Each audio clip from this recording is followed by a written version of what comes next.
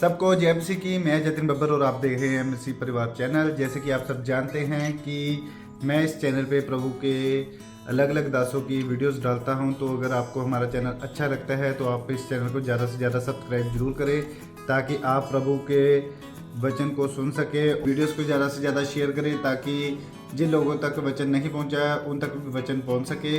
सबको जय मसीह की। एक बार मैं आपसे दोबारा कहूँगा कि इस चैनल को सब्सक्राइब जरूर करें और वीडियोस को ज़्यादा से ज़्यादा शेयर करें। जय मसीह की। दाऊद क्या कहता है, हम एक वचन को पढ़ेंगे। भजन संहिता उसका 52 अध्याय उसके 8 वचन में। भजन संहिता पंजाबी में कहते हैं जबूरां दी पोथी, इंग्लिश में कहते हैं साम, हिंदी में कहते हैं भजन संहिता उसका 52 अध्याय 52 अध्याय उसके 8 वचन में।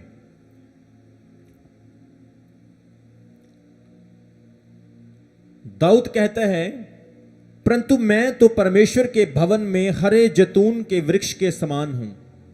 मेरे परमेश्वर की करुणा सदा सदा के लिए भरोसा रखा है। एक बार फिर हम इस वचन को ध्यान से देखेंगे। परंतु मैं तो परमेश्वर के भवन में हरे जैतून के वृक्ष के समान हूं। मैंने परमेश्वर की करुणा पर सदा सदा के लिए भरोसा रखा है। सब बोलेंगे आमीन। यहां पर दाऊद अपना अनुभव लिख रहा है, दाऊद अपना एक्सपीरियंस लिख रहा है। दाऊद कहता है, मैं तो परमेश्वर के भवन में हरे जैतून के पेड़ के समान बना रहूंगा। आज परमेश्वर जितनी भी कलीसिया ऑनलाइन देख रही है, चर्च में बनी हुई है, आप सबको यही वचन देता है कि आपने परमेश्वर के भवन में बने रहना है।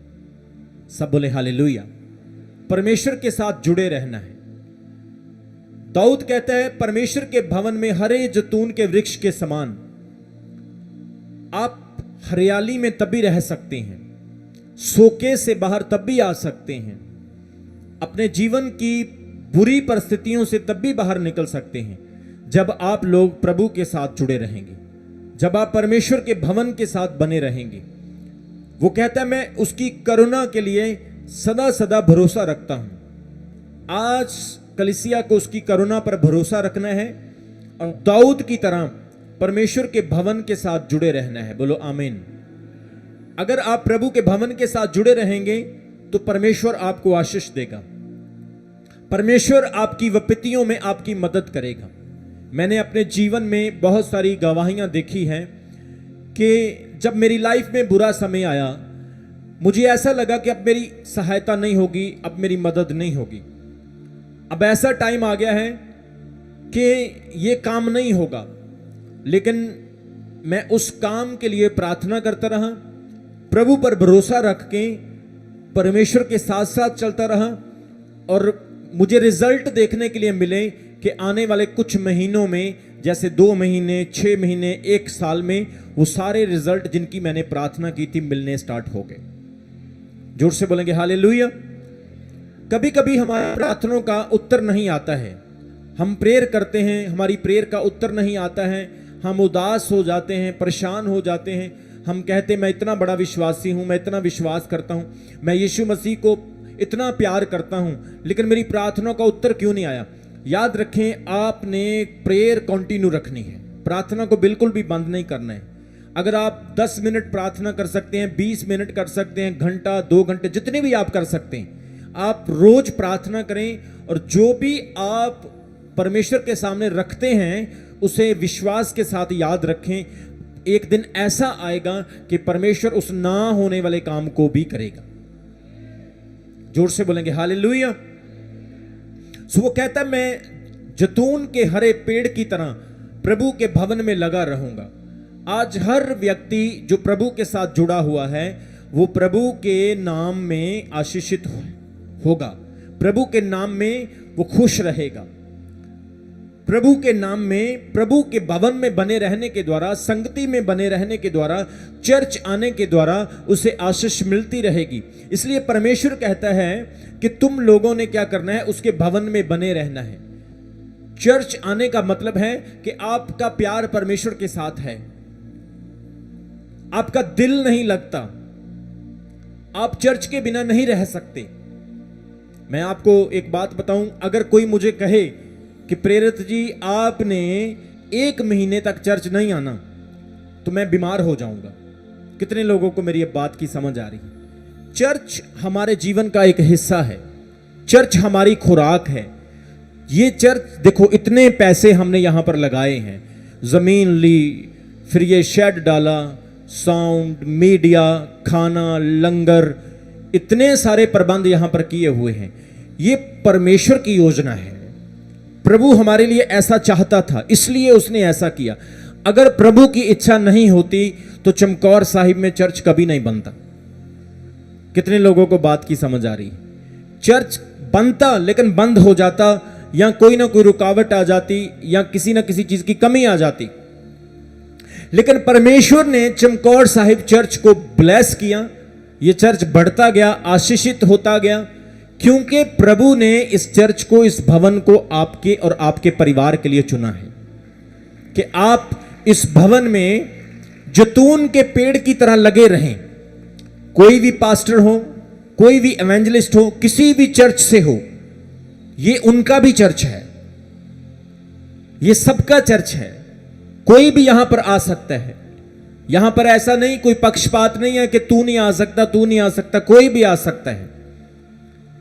इसलिए परमेश्वर कहता है तुम्हें प्रभु के भवन में जैतून के पेड़ की न्याय लगे रहना है। अगर आपको आने वाले समय में बचना है, क्योंकि आने वाला टाइम बहुत बुरा है, बहुत भयानक है। बाइबल कहती आने वाला समय बहुत ही खतरनाक है, और वही लोग बच पाएंगे, वही लोग सरवाइव कर पाएंगे जो लोग परमेश्वर के भवन में बने रहेंगे। प्रभु के भवन में दाऊद कहता है मैं बना रहूंगा। हमें प्रभु के भवन में क्यों आना है? क्योंकि यह प्रभु की आज्ञा है। यह क्या है? प्रभु की आज्ञा। पुराने नियम में परमेश्वर ने यह आज्ञा मूसा को दी थी। आइए मेरे साथ एक वचन को पढ़ें। कूच की किताब निर्गमन, उसका 20 अध्याय, उसके 8 वचन से लेकर उसके 11 वचन तक। निर्गमन, बाइबल की दूसरी किताब निर्गमन, उसका 20 अध्याय, उसके 11 वचन से लेकर 8 वचन से लेकर 11 तक। वहां पर क्या लिखा है? परमेश्वर ने मूसा से कहा, तू विश्राम दिन को पवित्र मानने के लिए स्मरण रखना। 6 दिन तू परिश्रम करके अपना सब काम काज करना, परंतु 7वें दिन तेरे परमेश्वर यहोवा के लिए विश्राम के हैं। उनमें ना तो तू किसी भांति का काम काज करना, ना तेरा बेटा, ना तेरी बेटी, ना तेरा दास, ना तेरी दासी, ना तेरे पशु, ना तेरा कोई परदेसी जो तेरे फाटकों के भीतर हो, क्योंकि 6 दिन में यहोवा ने आकाश और पृथ्वी और समंदर और जो कुछ उसमें है सब कुछ को बनाया, और 7वें दिन परमेश्वर ने विश्राम किया। इस कारण यहोवा ने विश्राम दिन को आशीष दी और उसको पवित्र ठहराया। बाइबल में यह शब्द, यह वचन परमेश्वर ने मूसा को दिया कि तू 6 दिन मेहनत करना, काम काज करना, लेकिन 7वें दिन को मिस नहीं करना। लास्ट वचन में हमने पढ़ा कि परमेश्वर ने 7वें दिन को क्या दी? जोर से बोलो। आपके 6 दिन की आशीष किस दिन में है? 7वें दिन में। इसलिए प्रभु का वचन कहता है कि चर्च आना, परमेश्वर के भवन के साथ जुड़े रहना, यह प्रभु की आज्ञा है। क्या हम प्रभु की आज्ञा नहीं मानेंगे? क्या हमें कोई प्रभु काम कहता है तो हमें नहीं करना चाहिए? क्या हमें प्रभु कहता है बैठ जाओ तो नहीं बैठना चाहिए? खड़े हो जाओ तो नहीं खड़े होना चाहिए? वो कहता है संडे को मेरी हजूरी में आओ तो नहीं आना चाहिए? ये मेरी आज्ञा नहीं, ये किसी इंसान की आज्ञा नहीं, ये उस परमेश्वर की आज्ञा है जिसने आकाश और पृथ्वी को बनाया। तो अगर आप परमेश्वर की आज्ञा का उल्लंघन करते हैं तो बाइबल कहती है आप 6 दिन भी काम करेंगे, 7वें दिन भी काम करेंगे तो उसकी आशीष आपको नहीं मिलेगी।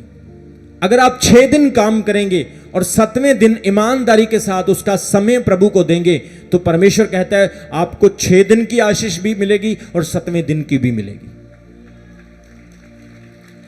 जोर से बोलेंगे हालेलुया। हम देखते हैं कि यीशु मसीह यहूदी लोगों में पैदा हुए। यहूदी कौम दुनिया की सबसे अमीर कौम है। दुनिया का सबसे पहला मोबाइल फोन यहूदी लोगों ने बनाया, मेट्रोला कंपनी का। हर टेक्नोलॉजी, हर अंदरूनी और बाहरी हर एक चीज उन्होंने तैयार की। सोने, डायमंड्स, हीरे का बिजनेस उनका है। क्यों? क्योंकि यहूदी लोग कितने भी अमीर हों, कितने भी बिजी हों, उनका असूल है कि वो 6 दिन काम करेंगे और 7वें दिन वो सिनेगोग में, वो मंदिर में जो टेंपल सुलेमान ने बनाया वहां पर जरूर जाते हैं,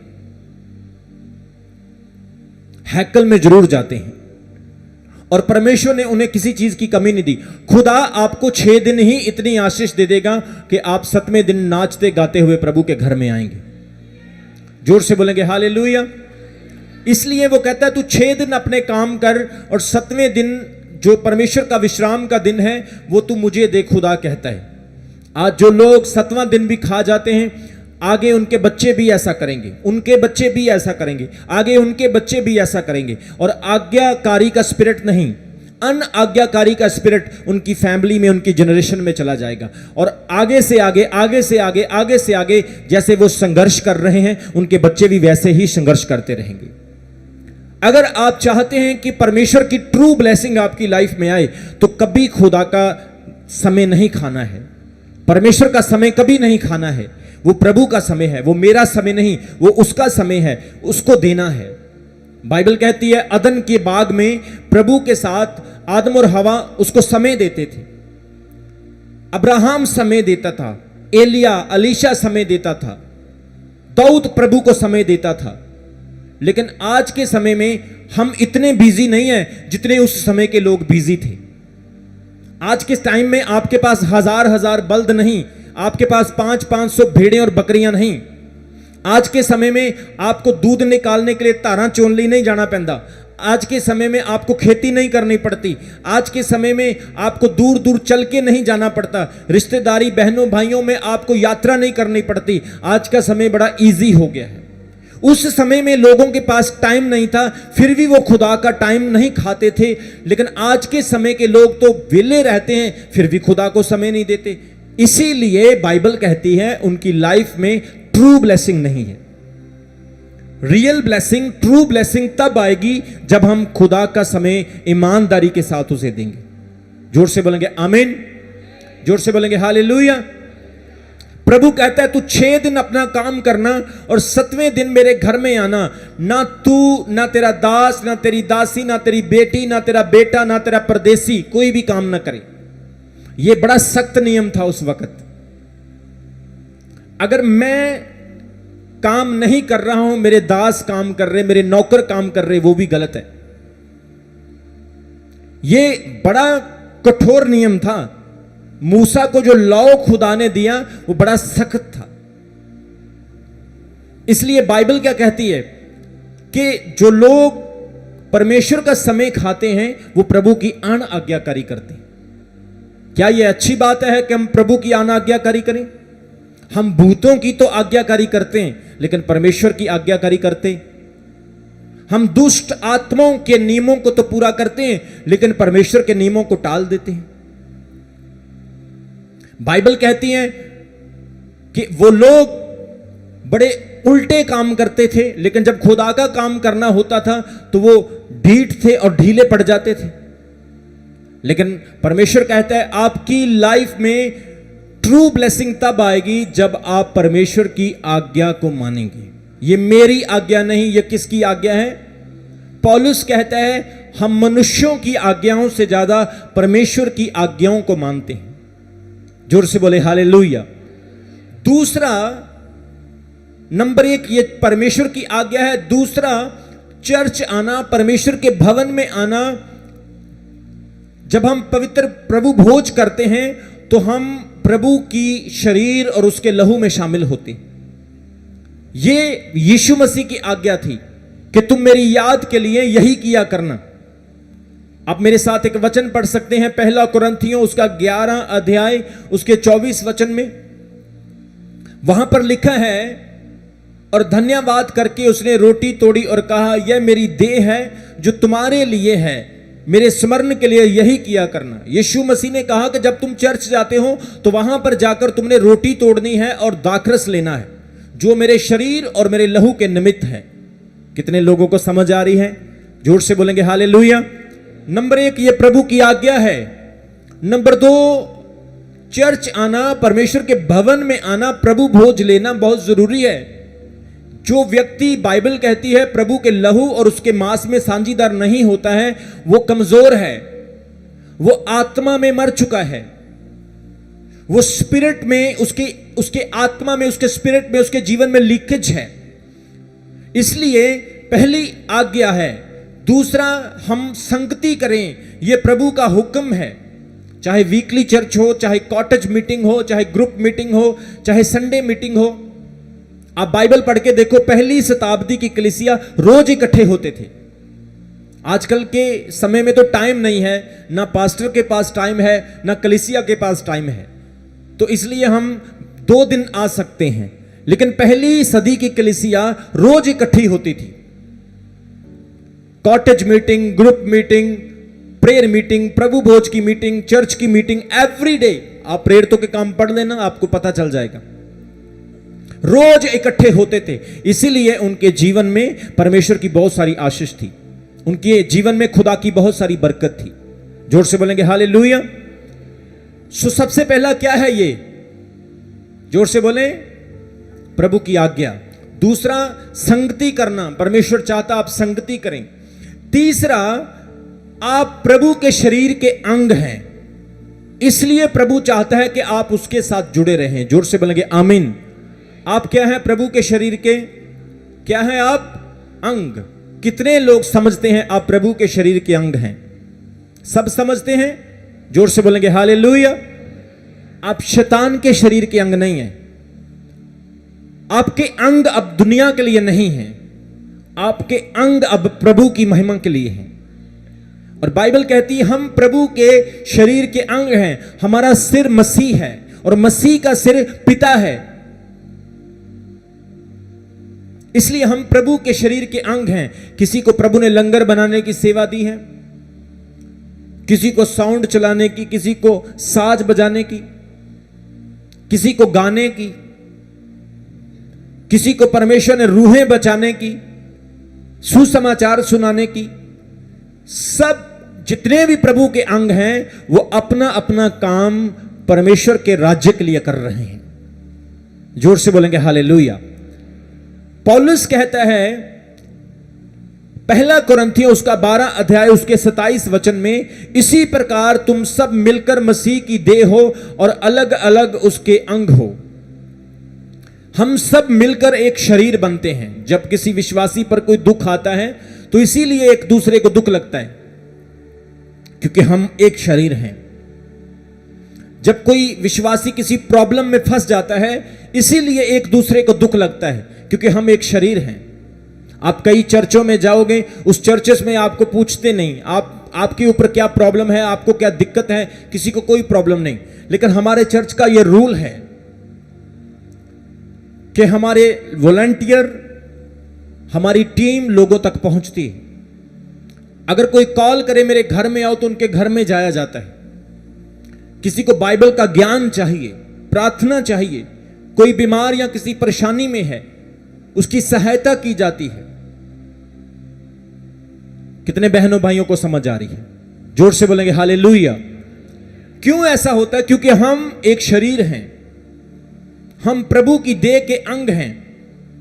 और सोचकर देखो, अगर अंगों में लड़ाई लग जाए तो क्या होगा?